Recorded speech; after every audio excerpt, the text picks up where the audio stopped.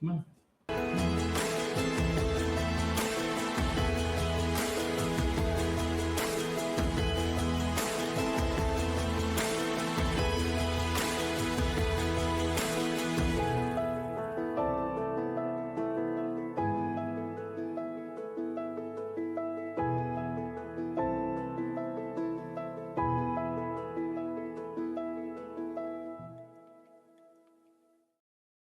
Welcome back to our library studio. I'm your host, Craig Winn, and well, this is the south side of a Wookiee going north, quite literally. Oh, thank you for turning around there, Wook.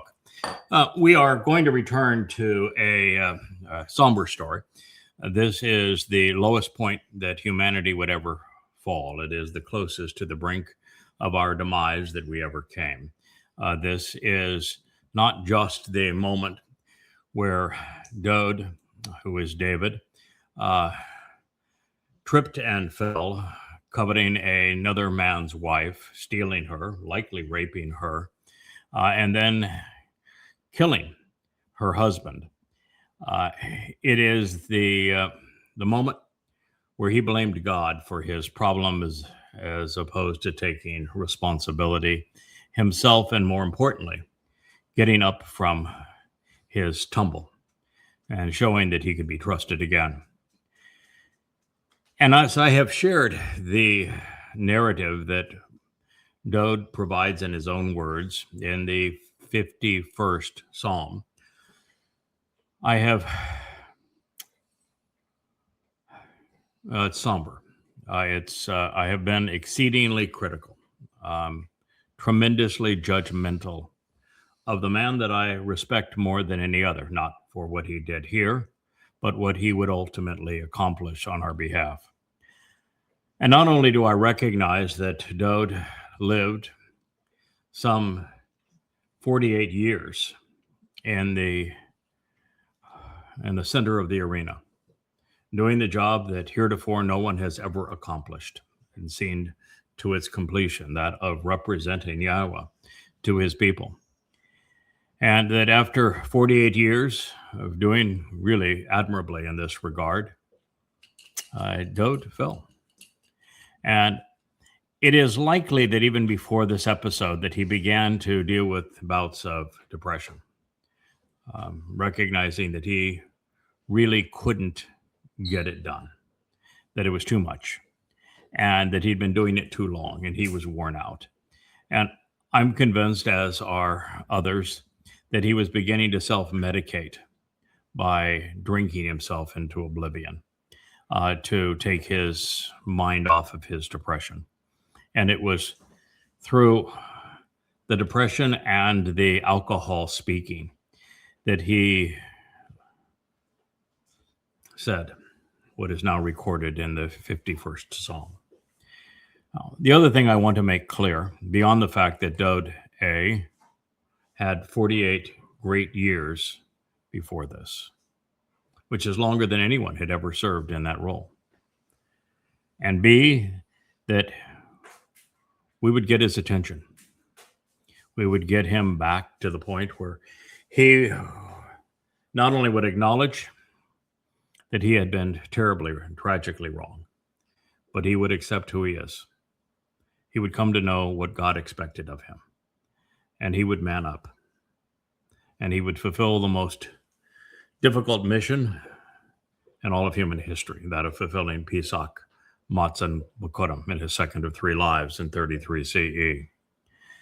The other point I want to make is that when we hear Dowd lashing out at Yahowah, when we hear him blaming God for his own failings and confusing all of this so badly as he did, what I want you to see, what God wants you to see, is Israel.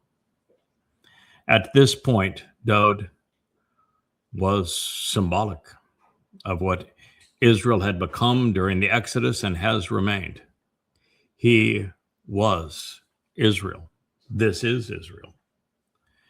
And the point that God wants to make is that with Dowd representing how far Israel had fallen, that just as there was promise of a better tomorrow for Dowd, and that he would return to Yahowah and return to his mission and complete it. Such is also the case with Yisrael. Some of you, a mortal remnant of you in the end, will do so. You will come to know Yahowah. You'll return to him, and you will be restored as well.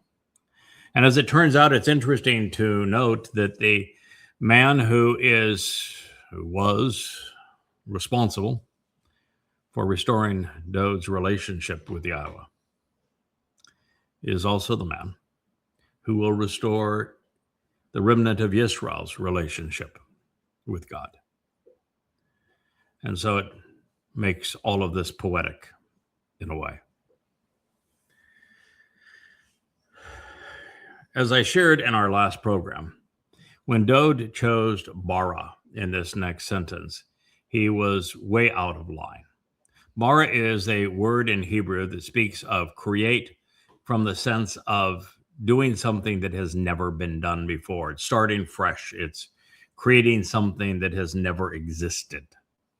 And so this is what Dowd said. You must choose to create, Bara. It's imperative that you decide to fashion and form that which has never existed before. Call imperative, second person, masculine, singular. Something that is clean and pure in judgment, in thoughts and emotions, inclination and disposition, leb, for me. And then he ends it with God. So you must choose to create.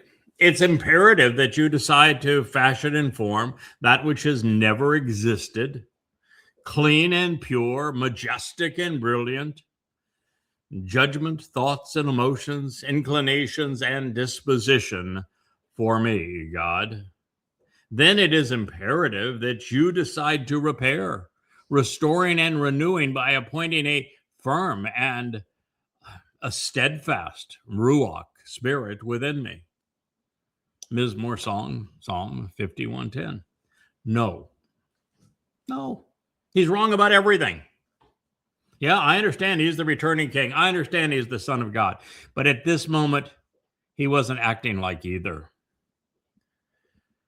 God's not going to recreate something new just for one man, even if that one man is his beloved son. He set the rules, he established them, he communicated them, he articulated them, he fulfilled them. He is not about to change them, not for anyone. He is not starting over. We either get it right in this timeline or not at all.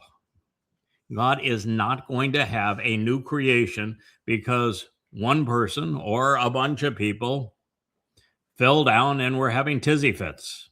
So no. And to use the imperative mood with Yahowah, which is what is being conveyed here, you only have three options, all three of which are wrong. It either says you must choose, must in the imperative, choose in the conveyance of second person volition, or that we're dealing with some kind of a hypothetical situation which has no chance of success. And so this is what is being conveyed here. Excuse me. My dog has gone back to gnawing on her paws. She battles yeast infections, and she takes it out on her paws, and will get to the point where she can't even stand up on them if I don't distract her attention. So that is what we're doing here. So with everything in life, we must pay attention to what's happening around us, or things will unravel. So you must choose to create. No, he doesn't. And the clean and pure thoughts, this majestic and brilliant judgment that he is seeking here or mocking God regarding, isn't God's responsibility. He gave us a nephesh, a conscience, an asama conscience, and a nephesh consciousness, so that we could observe the world around us and make prudent decisions. He gave us the text of his Torah and his prophets so that we could study them and make sound decisions. Our inclinations and disposition, our thoughts and emotions, our minds and hearts should be properly established and guided based upon the testimony that God has given us. It's not his job to ignore all of that and say, oh, no problem. I'll just snap my fingers. I'll wiggle my nose. I'll make it all good for you because you're special. Not how he works. He is not going to change the rules, not going to start over and give you what you want just because you want it or because you're projecting it on him and saying that he must do it. He's not. He articulated the means for us to have appropriate thoughts and emotions, inclinations and dispositions. And those instructions are found in his Torah. Pay attention to them, learn from them, grow as a result of them, and your judgment, your thoughts, your inclinations, your disposition, your heart and mind, well, will be as it should be. Now, tahir, majestic and brilliant, yeah, well, brilliant perhaps. Clean and pure, let's just say the right term would have been right. That if you get your act together and you pay attention to what God has shared with you, then your judgment will be right. So it is Shadak that he should have written, not Tahar. And he never should have written Bara, and he should not have projected this on God. He should have said, I will redouble my efforts to study, to shamar, to closely examine and carefully consider your Torah instructions. So as a result, my judgment, thoughts, emotions, and inclinations will be sadak, right. Take responsibility. Then it is imperative that you decide to repair, restoring, and renewing by appointing a firm and stable Ruwach spirit. Good grief, man. You have completely lost it. Wow. It is dismal to see what the combination of depression and alcohol can do to a man who has the cognitive capability to be right, to be articulate, to be moral, but not now.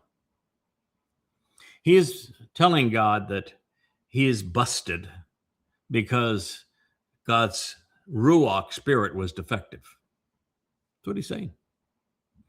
He was given the Ruwach spirit of Yahowah when he was 8 years old, never departed from him, not in this life, not in the next two, always supporting him. The Ruwach spirit doesn't flinch. The Ruwach spirit doesn't go AWOL. The Ruwach spirit does not need to be restored or renewed. She's quite fine on her own. It is not God's job to repair, restore, or renew the Ruwach. Not within Dowd, not within me as the choder, not within anyone to whom he has afforded the benefits of his Ruwach. But let's also be clear. As the choder, that's a prophecy you can study in Yeshayahu, Isaiah 11. I have been given the seven spirits of Yahowah. They are the spirit of Yahowah himself, the Ruwach of Yahowah himself, the Ruwach of Chakma, of wisdom, of intelligent thought, of providing rational insights, of being, of making reasonable, logical conclusions based upon the evidence by making connections between things. Bina.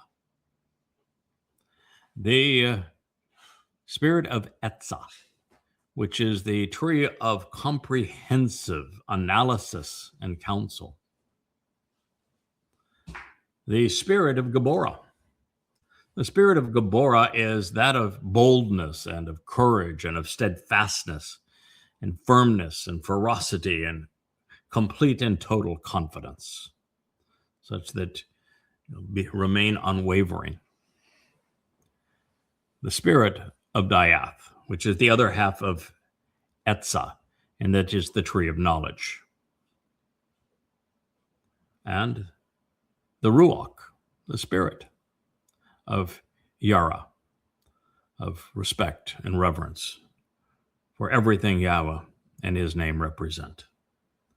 And having those 7 spirits, I still have free will. If I go out and decide, that was a tough day, I think I'm going to have a 2 margarita lunch such that I'm messed up for the rest of the day and can't think straight and just want to go take a nap, that's on me, not on the Ruwach. If I shirk my responsibility and take a day off from this job and just lounge around like I don't really care, that's on me, not the Ruwach. The Ruwach is there, ready, able, willing, but only to help the able, ready, and willing. Dowd wasn't. The Ruwach wasn't broken. He was. The Ruwach do not usurp our free will. They do not control us. And now, mind you, when I'm speaking of this, there aren't 100 people throughout time that have had Yahowah's Ruwach within them. And there's only one that have had the 7 Ruwach of Yahowah. So this is a unique situation when he's speaking to the Ruwach, but he knew that Yahowah gave him the Ruwach, was never going to remove the Ruwach, and he's just simply shifting blame. And he's wrong. Now, thinking properly, as I've shared, it's our responsibility. It's not God's. Yahowah conveyed the means to this result, and the rest is up to us. This all gets back, really, to the prime directive. You know what that is? We were conceived to be observant, responsive, and reliable. It's the only way God's going to empower us to the degree that we are able to shed our physical bodies and have our souls encapsulated in light energy and be able to explore the universe with God and rise through the dimensions and time. So the covenant is a relationship in this regard. Once we demonstrate that we are observant, responsive, and reliable, it is not an entitlement. Our judgment, our every thought and emotion, can be properly guided by Yahowah's Torah teaching. But alas, both Yahowah and the Torah were conspicuously missing from Dowd's diatribe. He never mentioned Torah. He never mentioned Yahowah's name. He never mentioned the Bereth covenant. Yeah, this diatribe of Dowd's was missing some really key ingredients. And the very fact that it didn't mention Yahowah's name, it made Dowd ever more like, guess who? Israel, that has erased it, forgotten it. Now, as a result, the king was, confused, whether it be the depression, whether it be the wine, whether it just be he was having a rough time of it. There was nothing wrong with the Ruwach spirit. The Ruwach Yahowah had placed upon Dowd during his anointing at 8 years of age did not need to be repaired. The spirit would remain steadfast. She does her thing. We are grateful when we have her counsel and support. However, the Ruwach, spirit of Yahowah, is not a dictator. There is no usurping of free will. She is a guide, a contributor, a resource, and can be an inspiration. But to enjoy these benefits of her counsel, one has to be attuned to her nature and to her purpose.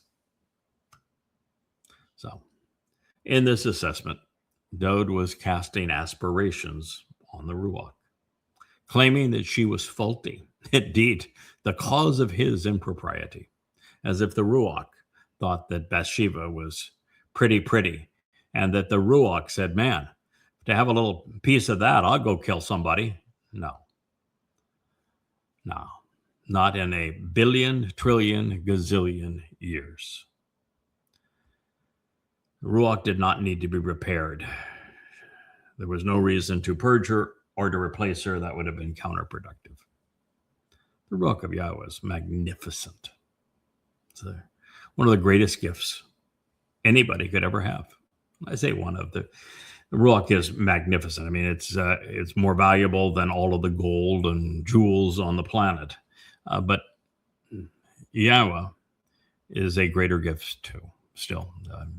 His Torah is a marvelous gift. The covenant is a marvelous gift. The Mikra are marvelous gifts. The Torah is all part of that. So it wasn't the spirit who lacked resolve, it was Dowd. So let's face reality. As I said, the king was wrong. He had shirked his responsibility by sending Yisrael out to ravage a foe while he languished in bed. He wanted his servants to brutalize and plunder a city filled with non-combatants. He was sleeping during the day and carousing at night. He was abusing alcohol, and he had become a voyeur. He acted lustfully even when he knew better. He had gathered the facts regarding Bathsheba, and he deliberately, knowingly, and selfishly pursued what he knew to be wrong. He abducted a married woman from her home and immediately had sex with her. He tried to conceal his malfeasance with an elaborate scheme, only to disrespect the decisions of a good man and make a spectacle of ongoing debauchery. Then he plotted to assassinate the man who he had insincerely wined and dined just the previous night, writing a deplorable letter that he made him carry. And if becoming a lousy king, husband, father, and son were not enough, he turned on God and started blaming Yahowah for the Ruwach that he had offered him. Blaming the Ruwach for the mess he himself had made.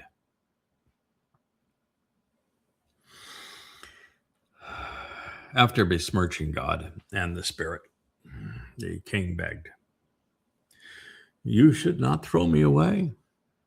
You should not cast me aside like this. You should not fling me out or hurl me down from your presence. And your Ruach Kodesh, your set-apart spirit, you're never going to take from me. You will not actually grasp hold, obtain, or collect the spirit from me." Well, he was right on both accounts. But to taunt God with this, he was wrong. Yeah, it's true. God was not going to throw Dowd away. Although they were not in one another's presence at this time. And the set-apart spirit, the Ruach Kodesh, he was never going to take from Dowd, although she was doing him no good at this moment. They were also on the outs. But let's be clear. It was not Yahowah who had discarded Dowd, but the son who had rejected his father. As for the Ruwach, God had clearly stated 48 years prior to this day that the spirit would never depart. There was no reason to taunt God over what he had promised. Once again confronted by an awkward use of the imperative mode. We do not know if Dowd was being demanding or projecting what he wanted onto God, but this time there is a difference because the imperative was combined with the cohortative, making this a merging of wills. But alas, while that may have been a step in the right directions under the right circumstances, it wasn't Yahowah who needed saving. Listen to this. It's written in the imperative and the cohortative. Hypothetically, by mandate or by choice, by your will or mine, it's emphatic that you return to me. For all the jubilation of your Yesha deliverance, your rescue, liberation, and salvation. And with a dignified and honorable, willing and acceptable spirit, choose to support and uphold me. Mizmowr Psalm 51:12.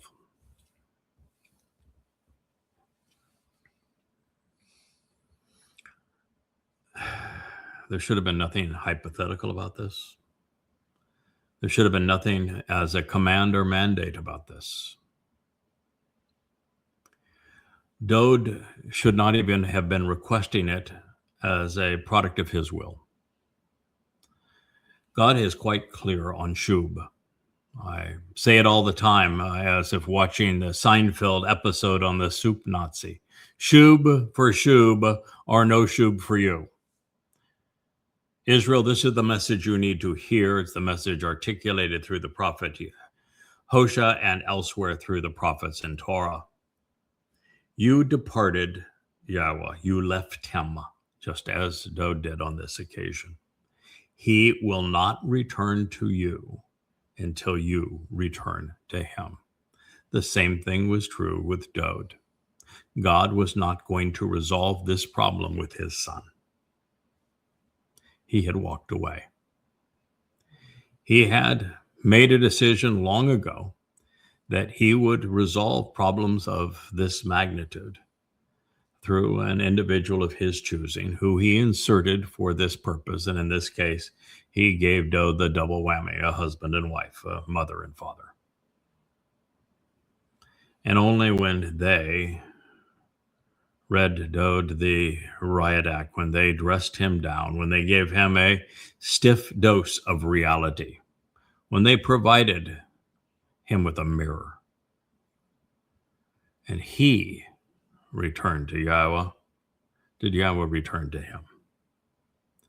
Yes, Dowd is also mocking Yahowah here and saying that the reason you have to return, God, no matter how bad he has been, he says, ha, ha, ha, you may be having a tizzy fit and blaming me for being a bad boy, but based upon your own testimony, there is no Yesha, salvation. There is no deliverance. There's no rescue. There's no liberation for Israel, for Dowd, for humankind without this relationship being resolved. Unless Yahowah can return to Dowd, there is no rejoicing. There is no salvation. There is no hope for humanity. He had that part right. But what he had wrong is mandating God's return. The truth is, Dowd had to return. The essence of that is presented in the last word picture, and then again in the 89th Mizmowr.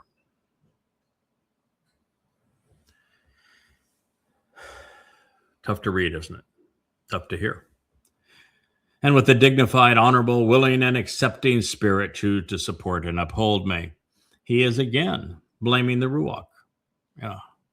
There are times when I'm like the others who have tried to do this mission, and I get frustrated and I say, come on, God. I mean, this is just impossible. This job you want me to do, you got to make it a little bit easier. I need some help here. And And, he doesn't have any frustration with that because he knows it's hard. He knows it's darn near impossible. He knows his people are idiots and jerks and malcontents and irascible. And he knows that the goyim who hate them are even worse. He knows that no one who has been designated to speak for him has ever been accepted. And they have all been crushed, particularly by the religious, but also by the political. So God knows it's a exceedingly difficult job, and doesn't even mind when we say this job, God, is impossible. I mean, I'm going to keep on doing it because that's what you expect, and I appreciate your support, and we'll get her done. But oh my, does it really have to be this difficult? And the answer is yes, it does. And the answer is yes, we're going to get it done. And the answer is yes, that the spirit will remain dignified and honorable, willing. And the fact is that the spirit is royal, noble, and accommodating because the spirit comes from Yahowah. And it's the purpose of the spirit to uphold us, to decide to sustain us, to empower us, to influence us. All of that's true. It just isn't true with the attitude from which that Dowd delivered it. That's Psalm 51:12. So this was another twisted half-truth. Once Dowd regained composure and his conscience was restored and redirected, he would shub. He would return to Yahowah, making it possible for God to return to him. With our Father, it is shub for shub, or there is no shub for you. Keep that in mind, Israel.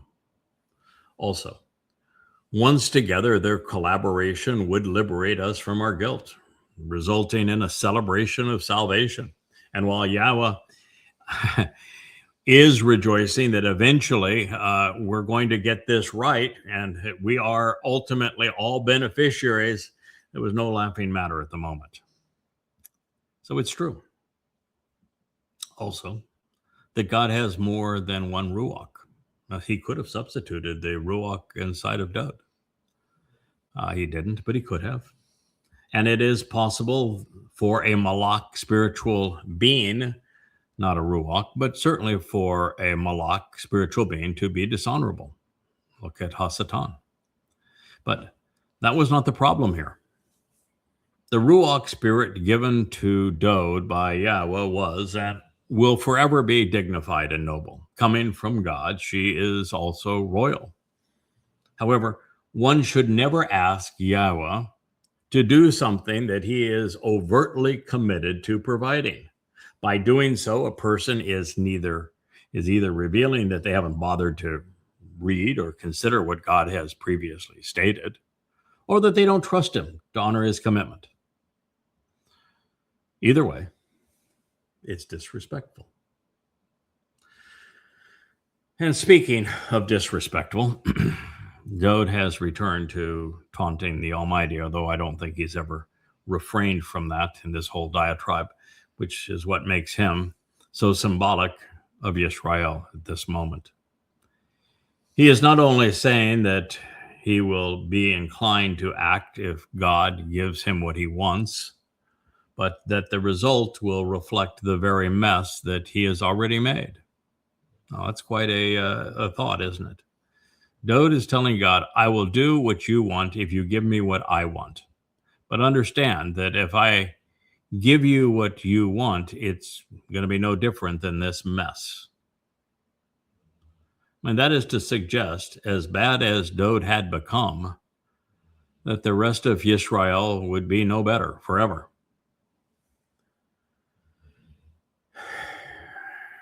He said, I will be inclined to learn and teach, lamad. I will choose to respond, even submit, so as to accept training and then instruct. Call imperfect, cohortative, first person, singular.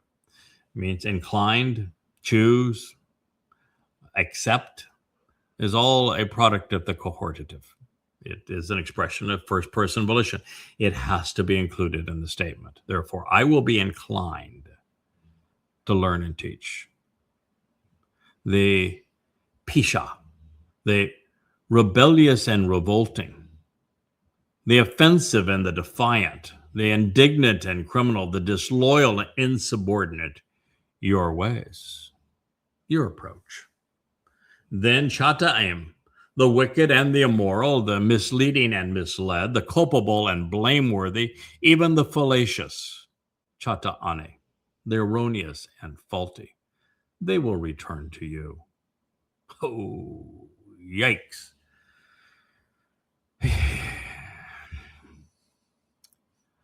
I don't think you can call it a strikeout anymore unless we're trying to strike out the side over 9 innings.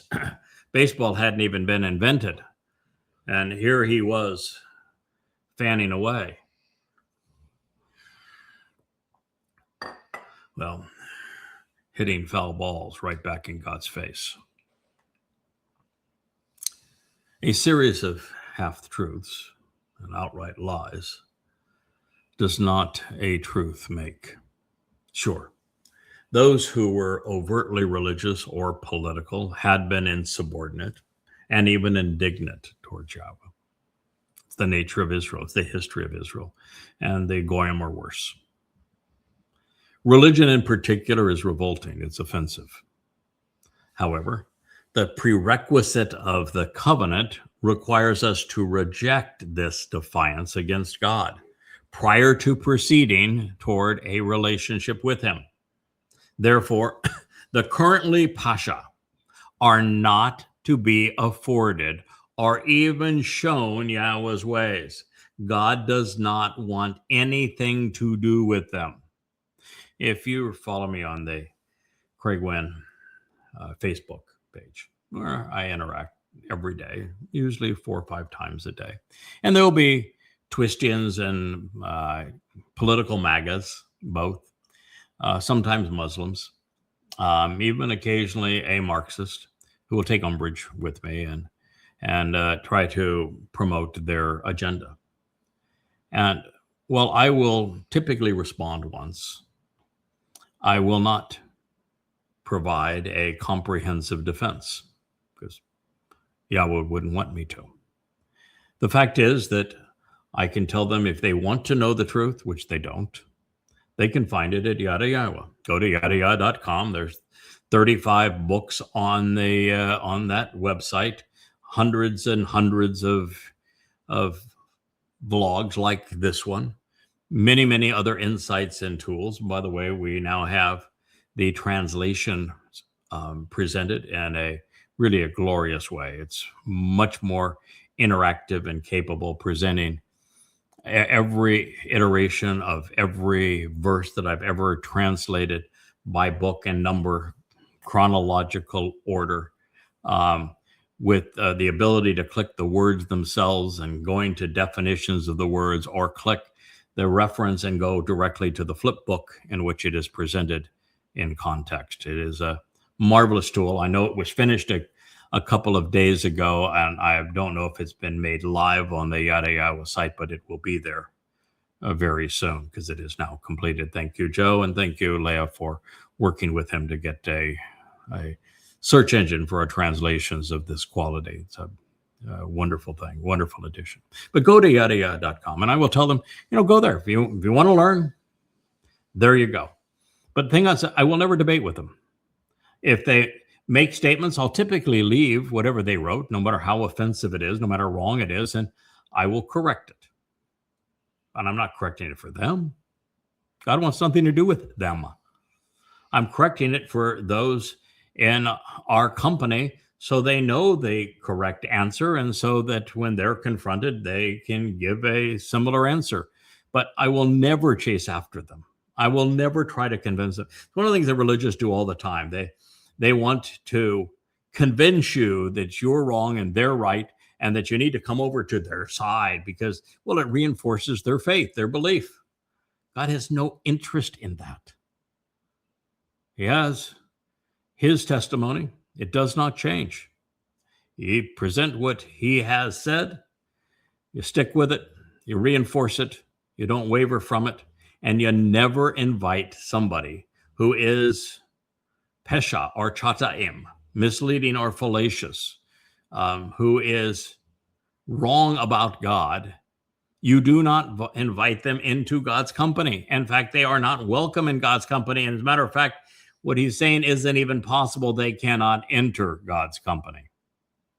And that's similarly true with chataim, misleading and fallacious. They are despised by God. They are expressly excluded from his presence. So while the misled can be restored to fellowship, those who are still culpable cannot. Neither category of men, pesha or chataim, are able to shub, return to Yahowah, until they stop being pesha and chataim. Capish? But that wasn't the point Dowd is attempting to convey.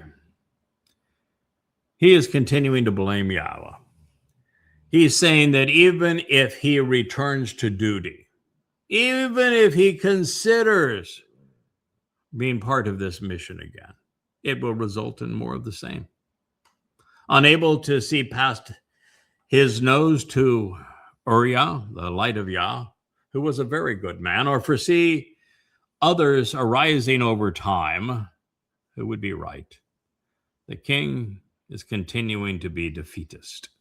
He's saying, I'm bad, they're bad, and your approach isn't going to make me or them any better. It's pretty defeatist, isn't it? This time, with the imperative mood devoid of the cohortative, we find either the possibility of being plucked clean or the demand to be stripped now of killing and blood guilt as we move on. But that wouldn't be possible prior to the fulfillment of Passover and unyeasted bread, both of which were a major restoration and of his attitude and a full millennia away. By possibility, command, or choice. Decide and determine to spare me, snatching me away. That's Elani. It is imperative that the slight chance exists and is chosen for you to strip me, saving me by plucking me away. Hiphil, imperative, second person, masculine, singular, from blood, from death, from killing and blood guilt, mindam, from bloodletting. God, God of my deliverance and victory. Then my tongue will shout, crying out your righteousness and justice. Mizmowr song, Psalm 51:14. Not getting any better, is it? Yahowah was already on record stating that the consequence of Dowd's extinguishing the light of Uriah would be a long litany of death and destruction for Israel. Neither Dowd nor Israel would be putting down the sword anytime soon. There would be lots of bloodletting, much of it Israeli. In fact, it would continue for 3,000 years, and it will finally end with the bleeding of the par bull, whose blood Dowd would use to anoint the mercy seat of the Ark of the Covenant, finally resolving all of this for him and for Yisrael between Teruah and Yom Kippurim in year 6000 Yah 2033. Therefore, following the bloodletting of Pesach and Teruah, 2 to 3 millennia distant from this diatribe, the king would return to shout out the full magnitude of Yahowah's righteousness. It is ultimately God who is tzedakah, correct and vindicating. So in this, the king was right, even if his attitude was wrong. However, once again, what follows is another partial truth, the worst kind. When you commingle truth and lies, all you do is confound. Yahowah is not our Lord, and we do not need him to open our lips so that we can report the truth. His message ought to enter our eyes and ears, formulate in our brains, and then naturally flow out of us in complete appreciation for him. But even then, Yahowah should be respected for what he has done and is offering. He is not soliciting our praise. He is not insecure. At this moment, unable, unwilling to even say Yahowah's name, Dowd begins, Adonai, my Lord.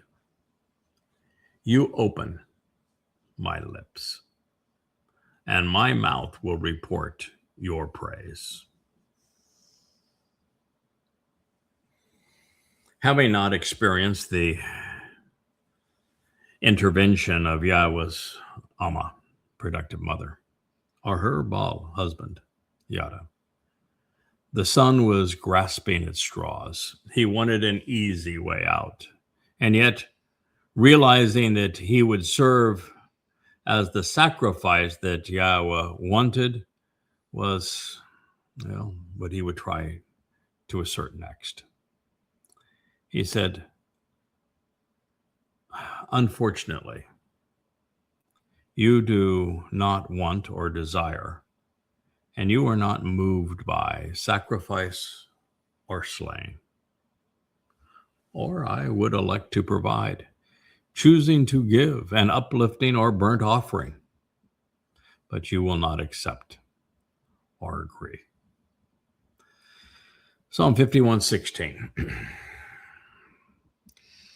What God had said is that he did not want or desire and was not moved by the sacrifices and the offerings of men. He takes no pleasure in slaughter. And he said here that I would provide, I would choose to give you something, a token. We'll go off and pluck the wings off a dove, or roast a lamb, or skewer a bull. And, I would do that. No skin off my nose to do that. He said, but you wouldn't agree to accept it. It's true. Not under these circumstances. You will not be swayed. You will not be fond of. You will not allow the regaining of flavor under these circumstances. Alas, ultimately, he would offer the sacrifice. He did. He would. God would accept it. And the fact is that once he got his head back in the game and returned to Yah, realized who he is and what he was supposed to do, then there would be two remarkable sacrifices, both of which God would find acceptable because he would coordinate both of them. And they were scheduled to occur on Passover in year 4000 Yah, 33 CE, and then on the day of the Herald in the Yobel of 6000 Yah, 2033. As a result of this, I should say a revolt of this magnitude, however, it wasn't going to be resolved by a flock of birds or a goat. This was going to take something special.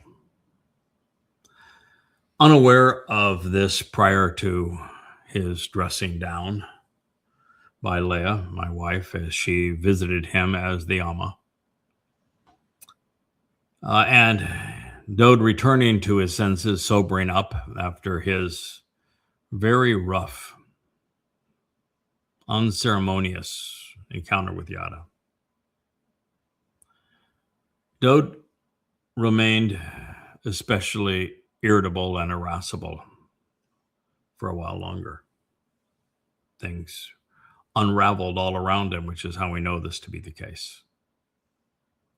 It is as if he were trying to outdo the Israelites during the Exodus in irascibility. And this next line, it's particularly brutal.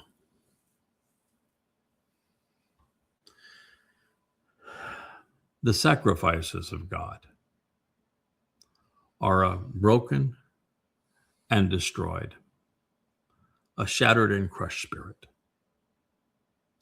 judgment thinking and motivations that are shattered and crushed, even pulverized to the point of becoming despondent. God, you should not be so despised and contemptible, despicable and lowly. I'm not making this up. You can read it as Psalm 51:17. Personally, I didn't think it could come to this. Frankly, I don't know this man. Although it's apparent I would meet with him. But I think in our meeting, I told him to shut up and listen. Told him not to open his mouth until I was done. He had made a big enough fool of himself. The sacrifices of God are not broken. They're not destructive. They're not shattering or crushing. They're all presented as Olah. It's from Allah. It means uplifting. They are exactly the opposite. Yahowah never crushes the Ruwach. Ruwach is dispatched from him. If Dowd were being rational, he would have complained about having a crushed nefesh soul. That would have been his. The Ruwach was not his. It was loaned to him. And none of this was the Ruwach's fault. And the sacrifices of God are uplifting. Now, I will tell you that if you're going to be one of the three people that is offering a sacrifice, the ram, the bull, and the goat, Dowd, Yada, and Elia, you're going to have your body broken and destroyed, shattered and crushed. That's the way the sacrifice goes. But it's your body. You don't care. Your soul's fine. That's why distinguishing nefesh here would have been important. And the Ruwach protects the nefesh soul during the process so that the sacrifice of the body is done in such a way that the soul is not bruised or mauled or smashed in the process. Dowd would have a lot to learn. And God has no interest in shattering or crushing, breaking the judgment thinking and motivations of anyone. He is trying to hone them. He is trying to develop them. He's trying to encourage this. And he says so throughout his testimony. And the one who was despondent was Dowd, Daka. Daka is a term also that's used in connection with the Adama Para. His body will be Daka, pained and collapsed, wounded and crumpled, pulverized to the point of being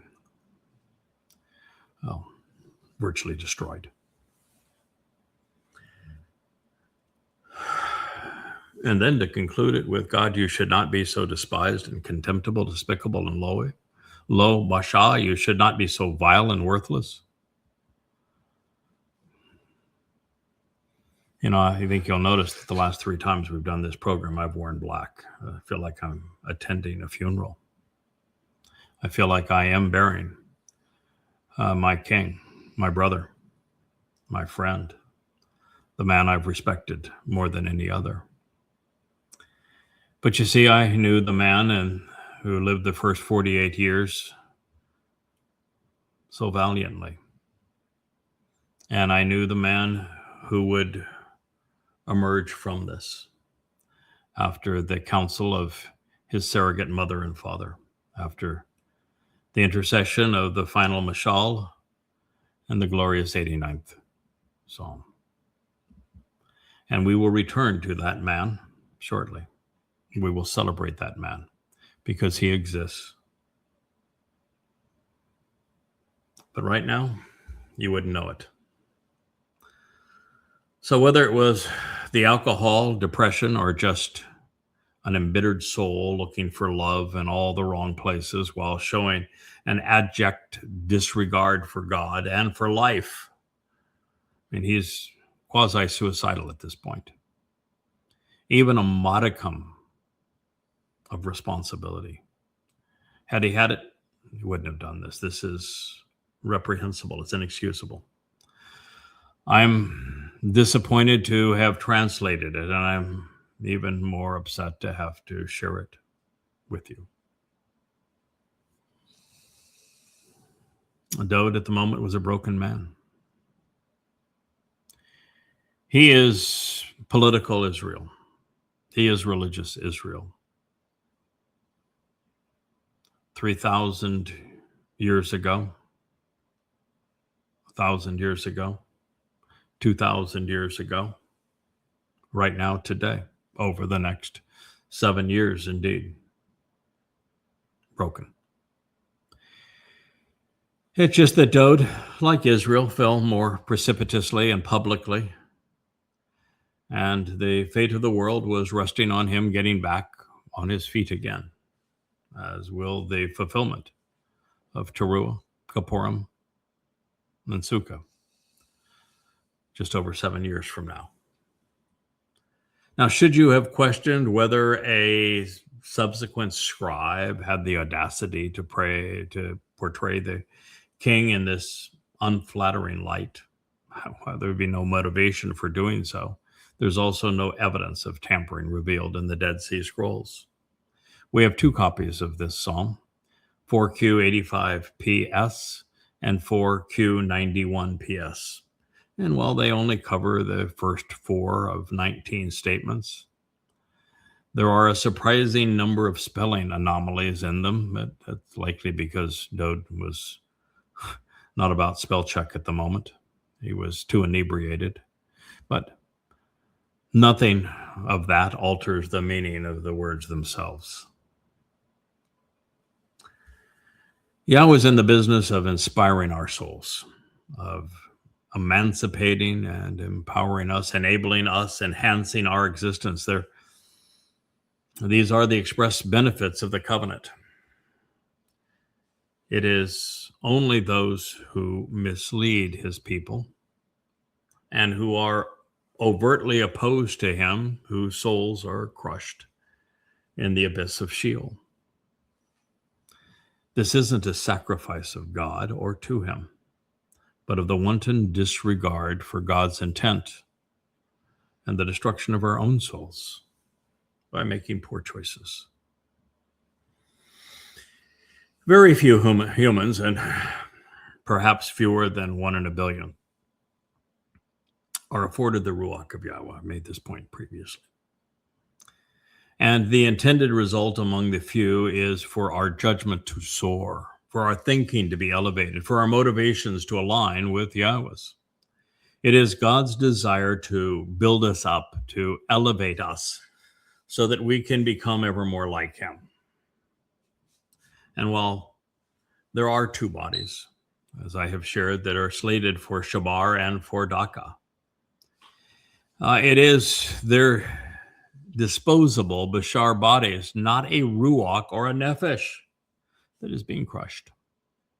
Yahowah elevates his covenant family and only depresses those who are overtly opposed to them and him. So now trying to intervene his will with God's.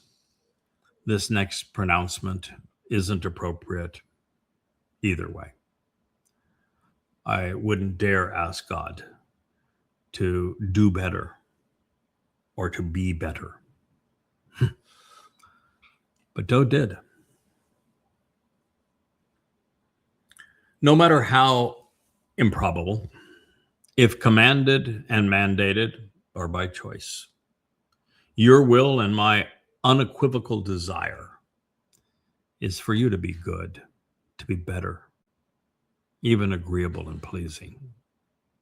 Yathab, if possible, demanded, or by your volition or mine, you will improve. You're going to be happier in your acceptance and approval. With Zion, the signs posted along the way, you continually build up walls and barriers. Jerusalem, the source of guidance on reconciliation. Yahowah is not the one who built Jerusalem's walls. He is not trying to keep his people away. In fact, he's calling them home. Moreover, he wants everyone to read his Zion, his signs that are posted along the way. They bring his people home. If not for everything preceding it. Now, this concluding statement would be considered prophetic. The only minor adjustments would be the plural form of parym, when the singular designation would be more accurate. Also, by comparison to where we have been, however, this is manna from Shamayim. It's the one flicker of light in this very long and dark tunnel. At that time, you will want proper and vindicating sacrifices, a burnt and elevated offering, which is entirely finished and wholly completed. Kael. Then at that time in the future, parym, bulls, will choose to be sacrificed and offered up.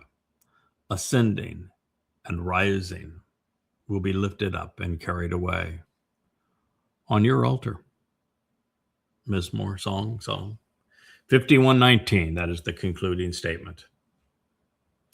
Well, there was no altar or burnt offering on Pesach, not when Dowd fulfilled it in 33 CE, even with it being an exceptionally vital sacrifice. But both of these things will be present on Ruwach, when Elia orchestrates the sacrifice of the par bull. And at that moment, all will be right and vindicating relative to Dowd and Yisrael. If you don't mind, as it relates to this particular black stain on my king's resume, I'm going to forego the summation of the Mizmowrs, as has been my custom. And we're going to move on to better times. Enough is enough. This, fortunately, was resolved, and Dowd Khalil finished the mission, just as Yahowah will, and he will be true to his calling. We've left the darkness. We will return to the light. Something extraordinary is going to happen.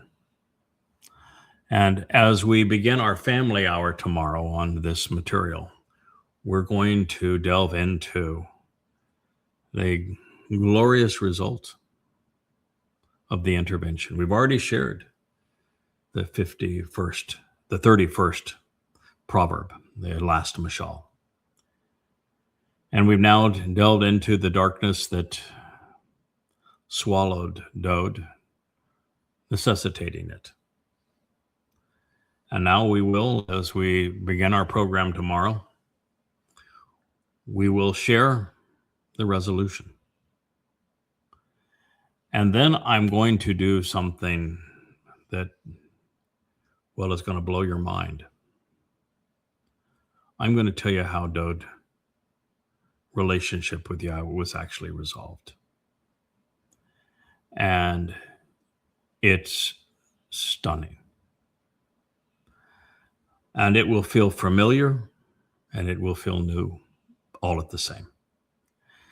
So that's where we're headed. I look forward to being with you. We'll try to get in an early show. Hopefully we'll be able to open the the Ocean Studio tomorrow and finish the 9th Mizmowr of Dowd there, and do a brief program as a warm-up to Family Hour tonight or tomorrow night, beginning at 6 o'clock Atlantic time, 5 Eastern Standard Time, and of course in the middle of the day for you in the Pacific time zone.